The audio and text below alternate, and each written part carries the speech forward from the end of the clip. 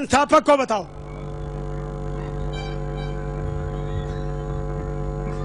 याद कर लेना।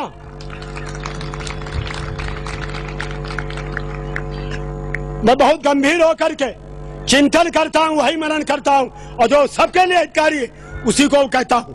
याद करना, मत, संप्रदाय, मजहब, रिलीजन का संबंध वह व्यक्ति के द्वारा होता है, काल अवधि में होता है।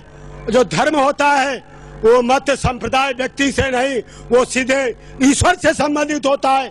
आज इसे हिंदू धर्म कहते हो, इसका शुद्ध नाम है वैदिक धर्म, वेदोक्त है। और जो धर्म का संबंध है वो बोलो ईश्वर से होता है, और मत, पंथ, संप्रदाय का संबंध बोलो व्यक्तियों से होता है। और व्यक्तियों में दोष होता है, पर ईश्वर में कोई दोष है? निर्दोषम ही समम ब्रह्म, गीता में कहा है। और ज्यादा ईश्वर के बारे में चर्चा हो जाएगी तब लंबा हो जाएगा, इसलिए धर्म की मौलिक परिभाषा ले लो। भूखे को भोजन देना धर्म है, बोलो भूखे को भोजन देना धर्म है। और दुखी की सहायता करना धर्म है, दुखी की सहायता करना धर्म है। और प्यासे को पानी पिलाना और रोगी का इलाज कराना, तो ये क्या कर रहे हैं? अभी आ जाएंगे। धर्म है तो मैं धर्म शब्द का अर्थ पूछ रहा हूं, धर्म का अर्थ क्या है यहाँ? तो धर्म का अर्थ है दया। अगर आपके हृदय में दया है तो आप प्यासे को पानी पिलाओगे। अगर आपके हृदय में दया है तो दुखी की बोलो सेवा करोगे। अन्याय जहां पनप रहा है, अन्याय हो रहा है, चाहे मंदिर के आगे हो रहा है, चाहे मस्जिद के आगे हो रहा है, चाहे गुरुद्वारे के आगे हो रहा है, अगर अन्याय हो रहा है तो जिम्मेदार ये है। इसलिए राष्ट्र का 3 शत्रुओं में अन्याय भी एक है, शत्रु है। पहला शत्रु अज्ञान है, दूसरा शत्रु अन्याय है, और तीसरा शत्रु अभाव है। और पवित्र आत्मा हो, माता पिता की सेवा करना बोलो धर्म है। माता पिता की सेवा करना धर्म है। तो धर्म का अर्थ बोलो कर्तव्य। हमारी ड्यूटी, हमारा कर्तव्य है। जब हम लाचार थे, हम मोहताज थे, हम असहाय थे, तो उन्हें कंधे दिए, उन्हें आंचल दिया, उन्हें गोदी दी, उन्हें रोटी दी। और जब हमें समर्थ हुए तो हमारा धर्म क्या होना चाहिए? हम उनके प्रति कृतज्ञ होते। कृतज्ञ होना ही बोलो धर्म है। कर्तव्य का पालन करना ही धर्म है। और पवित्र आत्मा इनके करते हुए ईश्वर की आराधना करना, ईश्वर की आराधना करना धर्म है। मैं लंबा न खींचता हुआ केवल कहता हूं, यह संसार में चाहे नेचरवादी हो, चाहे अनीश्वरवादी हो, चाहे भौतिकवादी हो, चाहे भाग्यवादी हो, कोई भी हो, एक चीज लेकर के संसार में परिवर्तन हो रहा है। परिवर्तन बिना क्रिया के नहीं हो रहा, और क्रिया बिना कर्ता के। कर्ता होगा तभी क्रिया होगी, और क्रिया होगी तभी सारे ब्रह्मचारी हो जाएं तो सृष्टि। क्योंकि मुझे छोटे पर भी मिले थे, जब हमें कभी कर देते विवाह करूंगा और नहीं करूंगा तो कहते सृष्टि कैसे चलेगी। तो हमने कहा देखो आज तो मैं अब जान चुका हूं, बिना विवाह के, बिना शादी के शादीपुर में डटा बैठा हूं। बिना शादी के शादीपुर में हमारा गुरुकुल है यमुनानगर में, और बैठा हूं। मुझे कोई फर्क है? और ये भी ध्यान रख लेना, जो भोग प्रबल होंगे, कृतकर्मों का फल होगा, वो भोगना ही पड़ेगा। उसको कोई तिलांजलि तिरस्कार नहीं कर पाता है। सुख सभी भोगना चाहते हैं, क्या दुख कोई भोगना चाहता है? सफलता सभी चाहते हैं, पर असफलता कोई नहीं चाहता है। लेकिन ना चाहने के बाद पवित्र आत्माओं, प्रार्थनाओं में, कामनाओं में, आराधनाओं में, आशीर्वादों में सब यही कहते हैं चिराई रहो, सुखी रहो। लेकिन पवित्र आत्मा यहाँ हम सब बैठे हैं, हम सब बैठे हैं। कौन ऐसा है जिसने दुख को नहीं भोगा है? जन्म के समय आप रोए थे, हंसे थे? हाजी रोए थे, हंसे थे? तो रोए किस में थे? सुख में? बोलो अरे मानव में जन्म, जब मानव योनि में दुख होता है, दुखी होते हैं, लेकिन कोई सहन कर जाता है, कोई सहन नहीं होता है।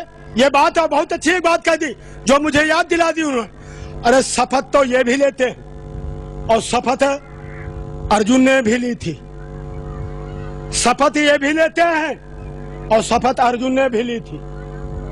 अर्जुन ने ली थी कि जब कल सूर्यास्त से पहले जयद्रथ का वध नहीं कर लूंगा तो चिता में जलकर वो जीवन लीला समाप्त कर दूंगा। और वही परिणाम आज हमारे सामने सत्ता के भोगी लोग हजारों बार शपथ लेते हैं और पूरा नहीं करते हैं, तो क्या बदला लेने का समय नहीं आ गया? क्या शपथ ली थी मर्यादा पुरुषोत्तम राम ने, भुज उठा करके प्रतिज्ञा की थी, सहन करे कष्टों को आपत्ति के रास्ते पर, और फिर आज ये शपथ लेते मैं संविधान की शपथ लेता हूँ, ये करता वो करता हूँ। लेकिन पवित्र आत्माओं, मैंने जो बात कही है, दुख में व्यथा आपके अंदर है तभी तो है। राष्ट्र के प्रति पीड़ा होना वो भी एक व्यथा हमारी, व्यक्तिगत मानसिक कष्ट होना वो भी हमारी व्यथा है। और राष्ट्र में सुखी हैं लोग, हम सुखी हैं, और राष्ट्र दुखी है तो अकेले हम कैसे सुखी रह जाएंगे? इसलिए आकर के समझो और इसी बात को शपथ लेते हैं। एक बात और कह रहा हूं, वो ये है, चुनाव के समय पवित्र आत्माओं, चुनने का अधिकार आप सबको है, चुनने का अधिकार तो आप सबको है, तो क्या हटाने का अधिकार भी हम सबको होना चाहिए? नहीं है तो हाथ उठाओ। जब जनता ही राष्ट्र की मालिक है, जब चुनने का अधिकार है और योग्य काम ना करे, राष्ट्र का कार्य ना करे, समाज का कार्य ना करे, तो उसे रखने से लाभ है या हानि है? हानि है। तो उसे चुनाव में बोलो हटाने का अधिकार भी, पूज्य स्वामी जी यही तो कह रहे हैं कि चुन करके भेजा है, तो बोलो उनको हटाने का भी अधिकार यही मांगो सबसे। पवित्र आत्माओं, ये राष्ट्र के समय आकर के हमारे सामने जो जो स्थितियां कर रहे हैं, बड़ी कष्ट, बड़ी वेदना होती है, लेकिन हम धर्म, जाति और अपने राष्ट्र को देख करके इन सत्ता में बैठे हुए लोगों को, जो स्वामी जी का सपना है विश्व गुरु बना था योग से, योग भारतवर्ष की अमूल्य संपदा है, जिसको अपने रात दिन अहिर्निश लग करके प्रचार प्रसार में लगे हैं। तो उनके लिए बोलो, पहली बात दोहरा लो, वो पहली बात है राष्ट्र से बोलो सबकी शिक्षा एक हो, और सुमति बोलो सबकी।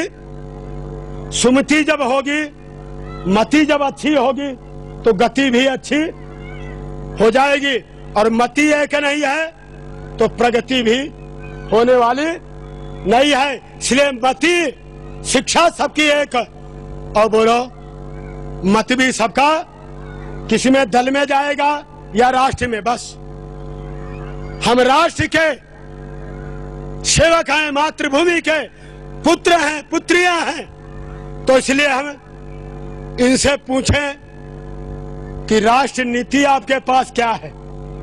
राष्ट्र नीति आपके पास क्या है? दलगत नीतियां हैं, दल में लड़ाव है, लेकिन सारी बातें न कहता हुआ यही बात कह रहा हूं, अगर चुनाव आने वाले हैं, सदाचारी हो, संतों का निर्देश हो, रामायण काल युग में जो दृश्य उन्हें देखा है, जब आसुरी शक्तियों ने इस राष्ट्र के ऊपर कब्जा किया, तो मर्यादा पुरुषोत्तम श्री राम ने सब सुख साधनों को त्याग करके निकल पड़े और जाकर के आतताई सत्ता सुख भोगने वाला, मात्र शक्ति का अपमान करने वाला, उसे दुष्टाचारी दशानन रावण का वध किया। और हम भी अत्याचारी जो विलासी है, मदहोश में है, उनको भी हम भी बोलो वध करें, वध वोट से करेंगे, इस गणतंत्र को संभालेंगे, गणतंत्र को गणतंत्र नहीं बनने देंगे, गणतंत्र से बोलो गुणतंत्र बना देंगे। तभी हम स्वामी जी का सपना साकार करेंगे। हमारे शहीदों के प्रति अंतिम पंक्ति बोल रहा हूं और आपको सबको संदेश दे रहा हूं, जो दर्द को पीयूषमान मुस्कुरा के पी गए, जो दर्द को पीयूषमान मुस्कुरा के पी गए, वो मृत्यु से डरे नहीं, मसान जाकर जी गए। न तन उनका कफन के तंतुओं में बंद हो सका, जली चिता उठा धुआं, अंत उनका ना हो सका, अंत उनका ना हो सका। प्रण करते हैं संस्कृति की शाम नहीं होने देंगे और वीर शहीदों की समाधि को बदनाम, वीर शहीदों की समाधि को बदनाम नहीं। भावना मेरे कवि और बंधु गा रहे थे अभिनंदन, उस समय मुझे वेदना, एक पीड़ा आई।